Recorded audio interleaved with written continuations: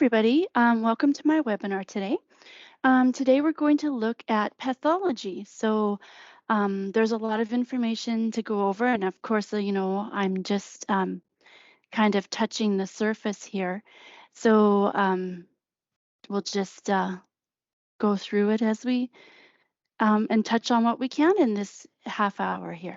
So first of all, transcription under the microscope, a look at pathology. So pathology is the study of the essential nature of diseases and especially of the structural and functional changes produced by them. And that's the definition that Merriam-Webster gives. Sorry, I have people coming in here. So what is a pathologist? A pathologist is a medical doctor who specializes in pathology. They are experts at viewing body tissue under a microscope and interpreting what they see. They play a critical role in regard to diseases, viruses, and infections like cancer, HIV, polio, and finding new ways to fight or treat diseases. There are several different types of pathologists, and I'll go over some of them. So first of all, let's talk about clinical pathology. So clinical pathology is all about diagnosing diseases and looking at treatment and prevention.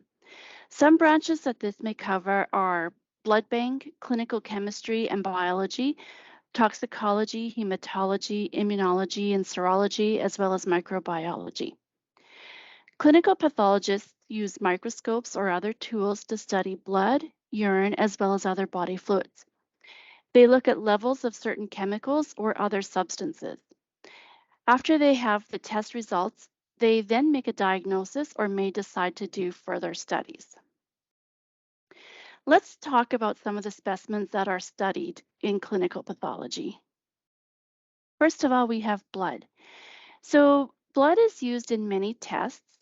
To get a blood sample, they may draw blood with a needle from a vein, usually in the forearm. They like to go in the crook of the elbow there too sometimes. And sometimes all they have to do is poke the tip of your finger and squeeze a small sample out. It's amazing how such a tiny sample can give them the information that they need. There are a few different ways that blood can be looked at. It can be looked at as a whole, plasma, which is fluid that is left when the white and red blood cells are removed, or serum, which is the clear fluid that separates from the blood when the blood clots. Urine is also used for many tests. There are many different ways that urine samples can be collected. The first way is random. So this is just simply done by urinating in a cup. There's clean catch specimen. This is collected after cleaning the outer genitals before urinating in a cup. And then there's also sterile urine test, which is done by using a catheter placed into the urethra, and urine is collected directly from the bladder, so no chance of contaminants getting into that. Another test that can be done is a sputum or phlegm. They just get you to cough into a clean container and to collect the sample. We have stool or fecal sample. The specimen is often collected in a clean container, like a plastic or cardboard container. And then finally, we have some other ways that other materials are gathered. Other ways to obtain material testing are through your spinal fluid, pleural fluid, and that's fluid around the lungs or in the space between the two membranes around the lungs. They can look at belly fluid, joint fluid, and bone marrow. So another type of specialty of pathology is general pathology, and it's a combination of clinical and anatomic pathology. So let's talk about anatomic pathology. It studies organs, tissues, and tumors, and there are many branches of anatomic pathology. So the first branch that we're going to look at is surgical pathology. That is when tissue removed during a surgical procedure is examined. When a biopsy is taken, the pathologist determines the disease process and extent of the disease. They examine thin slices of the lesion under a microscope as well as study the tissue with the naked eye. This can sometimes happen in real time, right in the operating room. For example, if they are performing a breast cancer surgery, the pathologist can be called into the operating room to look at the sample and look at the patient and help make the determination if the tissue removed includes the entire tumor. They can also help the surgeon decide if the lymph nodes should be removed or if more tissue should be removed as well. Some of the new techniques to examine tissue involve molecular diagnostics, which is DNA or RNA analysis, which analyzes DNA and proteins in the blood. This can allow them to determine cancerous or non-cancerous cells, detect genetic changes that may result in cancer, and also identify infectious agents in our body tissue. Neuropathology studies diseases of the eyes and nervous system, which includes the brain, spinal cord, and the nerve network. So, if you are experiencing symptoms of weakness, pain, seizures, vision problems, or issues with thinking or behavior, a neuropathologist would help with your diagnosis. They would perform tests like brain scans or nerve tissue samples, and then or brain tissue samples. So brain tissue samples can help diagnose diseases like ALS, Alzheimer's, Huntington's, and Parkinson's. Dermatopathology looks at skin disorders. Um, they don't look at the conditions themselves, but they assist the doctors with the diagnosis. They can help diagnose skin cancers like melanoma, psoriasis, alopecia, and many more. If you have any conditions that include change of a mole's appearance, acne, hives or rash, scars, irritation, ingrown nails, or fungus or hair loss, to name a few, a dermatopathologist can help with your diagnosis. They use different tools to examine samples like light, electron, and fluorescence microscopes to look at samples. Samples can be tissue, cell scrapings, and skin lesion smears. Cytopathology studies cells to diagnose the cause or nature of human disease. These cells are washed, scraped, or exfoliated from the body's various sites. They can also use fine needle aspiration to obtain samples, and this is frequently used to help investigate a possible cancer diagnosis. The samples can then be smeared on a glass slide or placed in a liquid medium and processed appropriately. Cytopathologists can diagnose many kinds of diseases, including leukemia, breast cancer, endocrine disorders, eye disease or disorders, and reproductive disorders. They can also help diagnose gastrointestinal disorders, kidney and urinary tract infections, as well as many other diseases and disorders. They also do genetic testing, including chromosome analysis and DNA analysis, and can screen for gene mutations. Histopathology is microscopic examination of various forms of specimens in human tissue. The histopathologist likely sees larger specimens like whole organs, tissue pieces, and fluids. The tissue can be acquired from surgery, biopsy, or autopsy. They are placed in a substance to prevent decay for further analysis, and chemicals and dyes are often used. They can also be processed or cut into thin layers called sections. We're going to be talking more about preserving samples a bit later in the presentation. Um, so we'll touch on that a bit later. The findings are linked to prognosis.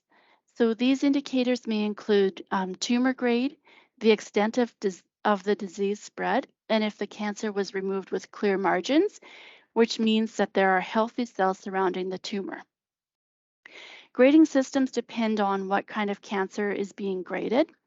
The cells are scored depending on their appearance under a microscope. So grade 1 tumors are more normal looking, and grade 4 tumors will have more abnormalities. Grading and staging are different. Staging refers to where the cancer is found in the body and how far it is spread. Forensic pathology is used to diagnose causes of death by examining corpses. A coroner can examine corpses to determine the cause of death. A coroner does not require medical training or qualifications. A medical examiner will be board certified in the study of forensic pathology.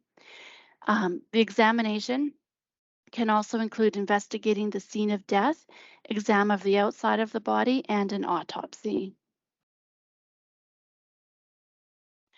Molecular pathology uses testing of nucleic acids, so DNA and RNA, for disease diagnosis. They look for mutations in the DNA, chromosomal translocations, and altered levels of RNA. This can help diagnose hereditary diseases like cystic fibrosis, hematologic malignancies like leukemia, solid tumors like lung cancer, and infectious diseases like HIV or AIDS. The most frequently used technique in molecular pathology is PCR, or polymerase chain reaction. FISH, fluorescence in situ hybridization, or FISH, is used to study chromosomal deletions and translocations and gene amplifications. FISH is also used in evaluation of HER2 new oncogene amplification in breast cancer, as well as detecting translocations in chromic myelogenous leukemia and acute myelogenous leukemia. Spectral karyotype imaging and DNA microarrays are also used in molecular pathology.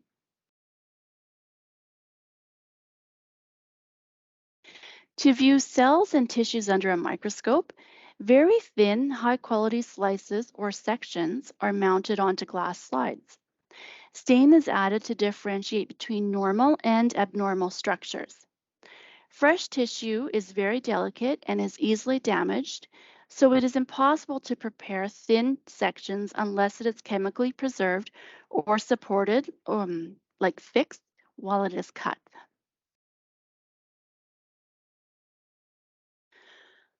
There are two ways that this can be done. So the first way is that the tissue can be frozen and kept frozen while sections are cut. This is where the term frozen section comes from, and maybe some of you have typed that already. And the second way is that tissue can be infiltrated with a liquid agent that can be converted to a solid and will allow thin sections to be cut from it. Paraffin embedded tissue blocks can refer to formalin fixed paraffin embedded, or FFPE, tissue specimens, and is a method used to prepare and preserve biospecimens used in examination, diagnosis, experimental research, and therapeutic development. So first, the sample is preserved through fixation using formalin or formaldehyde, which ensures that the proteins and vital structures stay as close to their original condition as they were when they were in the body. After fixation, the specimen is embedded in a paraffin wax block, which makes it easier for sectioning and mounting on slides for microscopic examination. The process starts when the tissue is collected from diseased and normal hosts. If it is a cancer biospecimen, the oncologist will often compare the primary tumor with samples obtained from distal metastatic sites. Pardon me. These samples usually only measure a few centimeters, just depending on the source and tissue collected. As soon as it has been excised, the biospecimen is immersed in 10% neutral buffered formalin for 18 to 24 hours to harden the tissue. Then it is dehydrated and cleared using ethanol in increasing concentrations. Then the specimen is embedded into immunohistochemistry grade paraffin, specifically used for embedding formalin fixed tissue. Timing is very crucial, as tissues that are fixed too soon may be unusable. The samples are then handled carefully to maintain their quality. If they are not handled properly, this can affect research results. The preparation method can also depend on the research requirements, This can change depending on size, cut of tissue, and tissue purpose. To ensure the procedure is completed accurately, a certified medical pathologist is involved in the sample preparation. The completed samples are then stored in tissue banks. The important information regarding the specimen is documented, such as when the tissue was preserved and collected, as well as signed consent forms and legal documents related to the specimen, as that can impact the utilization of the specimens in research or clinical trials. There are many uses for paraffin-embedded tissue blocks. They are often used in immunohistochemistry, where the tissue samples are on a, the tissue sections are on a slide. The sections are bathed using a solution with antibodies in it that binds the two proteins and structures. Staining can be performed to help visualize the antibodies that show the location of the structures that are in the sample. This info can aid in diagnosis of diseases like Alzheimer's and cancers. Information gained from immunohistochemistry is important to many cancer projects. Some therapeutic areas where tissue samples are used are immunology, which is the response of the immune system is studied in both diseased and healthy states. Tissue samples from patients with autoimmune disease help identify the cause and development of therapy for the patients. Hematology, and that uses paraffin-embedded tissue blocks that are critical for studying various blood and related disorders. Studies can include bone marrow studies, which can include toxicology, genetics, and tissue regeneration. Oncology, character morphologies that are not present in other tissue can be seen in preserved tumor tissues. Proteins in these samples can help in the diagnosis and assessment of the tissue. Generally, the FFPE tumor tissue should have 60% tumor content, and they can be used comparatively. So healthy tissue donated from healthy people can be used for comparative purposes and is an important part of research and development. When the pathologist wants to take another sample from the tissue block, the wax is removed from the surface to expose the tissue. The blocks are placed on a refrigerated plate or ice tray for 10 minutes before sectioning.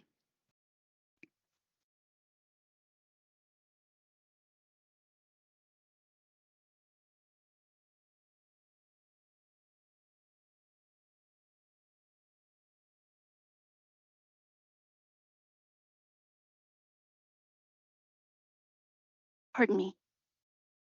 A microtome is then used to slice very, very thin tissue sections in the form of a ribbon. The microtome can be set to cut at different thicknesses. The tissue ribbons are then transferred to a warm water bath and allowed to float to the surface, where they can be scooped up onto a slide, placed under them in the water. A disadvantage of paraffin-embedded tissue blocks is that the use of formalin or formaldehyde can cause the proteins to be invisible to antibodies that are developed to detect them. Thus, antigen retrieval techniques have been developed to recover proteins, DNA, and RNA from these tissue blocks. The quality of these tissue blocks is crucial when using these samples as a source of protein, DNA, and RNA, due to the fact that even the best preserved tissue will contain partially degraded inactive proteins, DNA, and RNA. There are many, many different types of stains that can be used in tissue samples. Let's just go over a few of them. So we have hematoxylin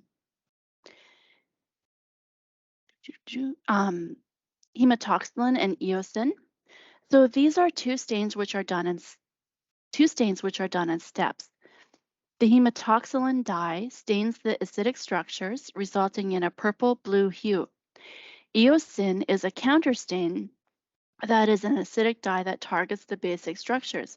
This results in a pink-red hue. Here's an example of a slide stained with hematoxylin and eosin. The purple parts are the acidic structures stained with hematoxylin, and the pink parts are the basic structures stained with eosin. So you can see the difference in the colors. Some of you have probably typed this already, gram stain. So this is a sequential staining technique that was invented for differentiation of bacterial species. Even though not all bacteria have a cell wall, it is still useful and commonly performed. The bacterial sample can be heat fixed, and gram staining will take place in 4 steps. Primary stain with crystal violet, secondary stain with grams iodine, decolorized with alcohol or acetone, and counterstained with safranin. Gram-positive bacteria contain a thick layer of peptidoglycan, which makes them retain the violet stain and appear purple. Gram-negative bacteria have a thin layer of peptidoglycan, as well as contain more lipids in the cell wall, making the decolorization step wash out the violet and make the sample appear pink. So you can see the difference. An example, gram positive, the little purple ones, and gram negative are the little pink rod shaped.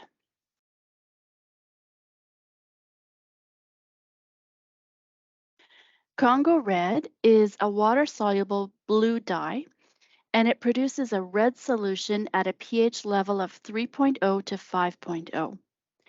Congo red stain amyloid fibers, Congo red can stain amyloid fibers red and orange, which is useful for studying amyloidosis. When looked at under a polarized light in a microscope, tissues high in amyloid will appear bright green. Prussian blue. So this stain is useful for identifying iron stores in the body. First, the tissue is stained with hydrochloric acid and the ferric ions react to form insoluble bright blue pigment. This is useful in diagnosing hemochromatosis by staining liver tissue and looking for buildup of iron near the preportal hepatocytes or along the sinusoidal lining. On the flip side, Prussian blue stain could help diagnose iron deficiency anemia. So moving on, let's talk about different ways that biopsies can be done. The first one we're going to talk about is a bone marrow biopsy. This involves removal of bone marrow, blood, and a small piece of bone from the hip bone or breastbone by inserting a needle. First of all, the skin is cleaned and local anesthetic given so the area is numb. Cells are aspirated with a long, rigid needle that is inserted into the marrow. This can cause discomfort. A pathologist then looks at the specimen under a microscope to see if there are any signs of cancer. A core biopsy may also be done, which is removal of a small bone chip from the marrow. Cardiac biopsy. So this is currently the only reliable way to diagnose heart rejection and is performed at regular intervals after surgery if rejection is suspected, and to assess the anti-rejection therapy. So this is done for somebody who's had like a heart replacement. The procedure takes about 30 minutes and is done in the cardiac cath lab or operating room.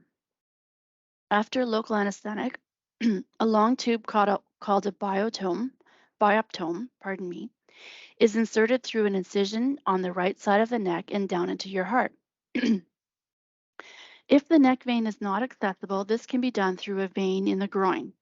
They use fluoroscopy to help guide the bioptome. A small piece of tissue is snipped off and removed using the jaws of the instrument. Core biopsy. So this is done with a wide hollow needle. Local anesthetic and sedation are used, and patients can go home afterwards, only needing a Band-Aid to cover the area. So pretty minimally invasive. Endometrial biopsy. This is performed through a fiber optic endoscope through the rectum or mouth into a or a small incision or arthroscopy. The endoscope views the area in question for suspicious or abnormal areas and can obtain a small amount of tissue to be studied.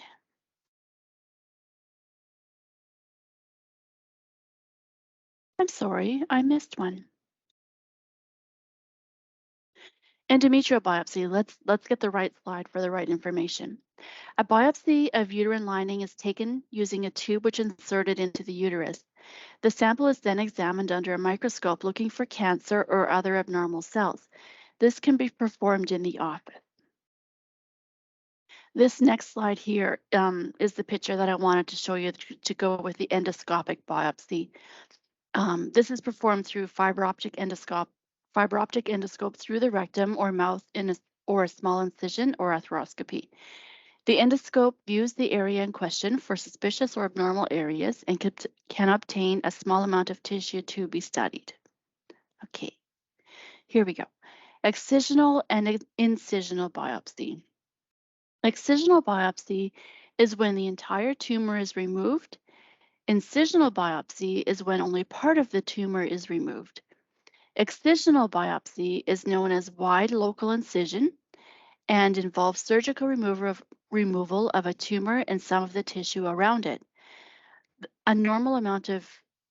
amount of normal tissue or the margin depends on the tumor thickness. In some cases of melanoma, skin grafts are used to cover the wound. Fine needle aspiration biopsy. So local anesthetic may be used to numb the area, but the test is not uncomfortable and does not leave a scar.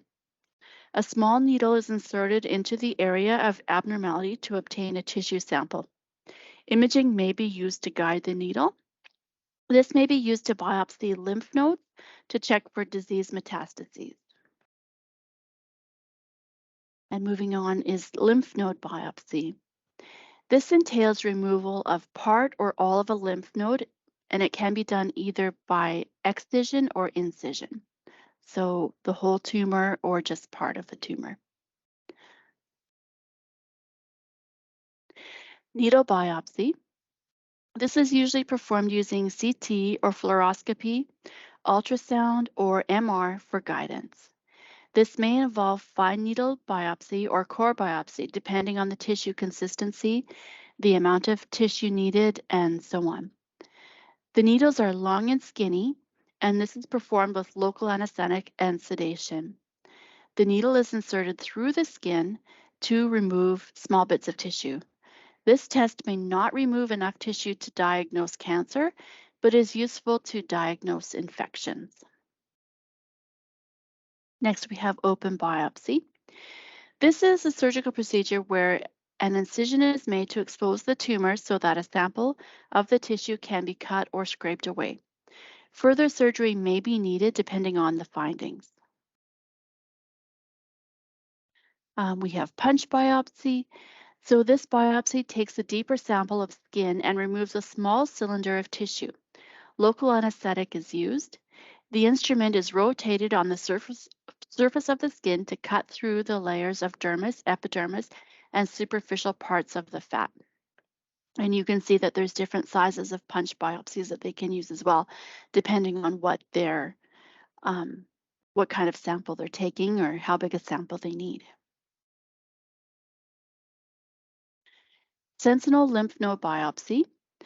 This is removal of the first lymph node, sentinel, where the cancer is likely to spread. Radioactive tracer with or without blue dye is injected near the tumor before surgery. This is known as lymphatic mapping. The tracer or dye flows through the lymph channels to the first draining lymph node in the region around the melanoma. This is done in the nuclear medicine department before surgery, either the evening before or a few hours before the surgery. Body scan is then done to help the surgeon find the sentinel lymph node prior to beginning the operation. It is then removed for biopsy to determine if there are cancer cells and if further surgery is required. Shave biopsy. This is when the top layer of skin is removed by shaving it off. This is performed under local anesthetic. And finally, we have skin biopsy. A sample of skin is removed for exam under a microscope to see if melanoma is present. Local anesthesia is used. Burning and pressure may be felt, but there is not a lot of pain involved with this type of biopsy. And I just want to show you where I did my research. So a list of resources that I used. I actually used quite a few resources for this. So there. And that's all that I wanted to share with you today. I'm just going to stop the recording and then we'll see if there's any questions.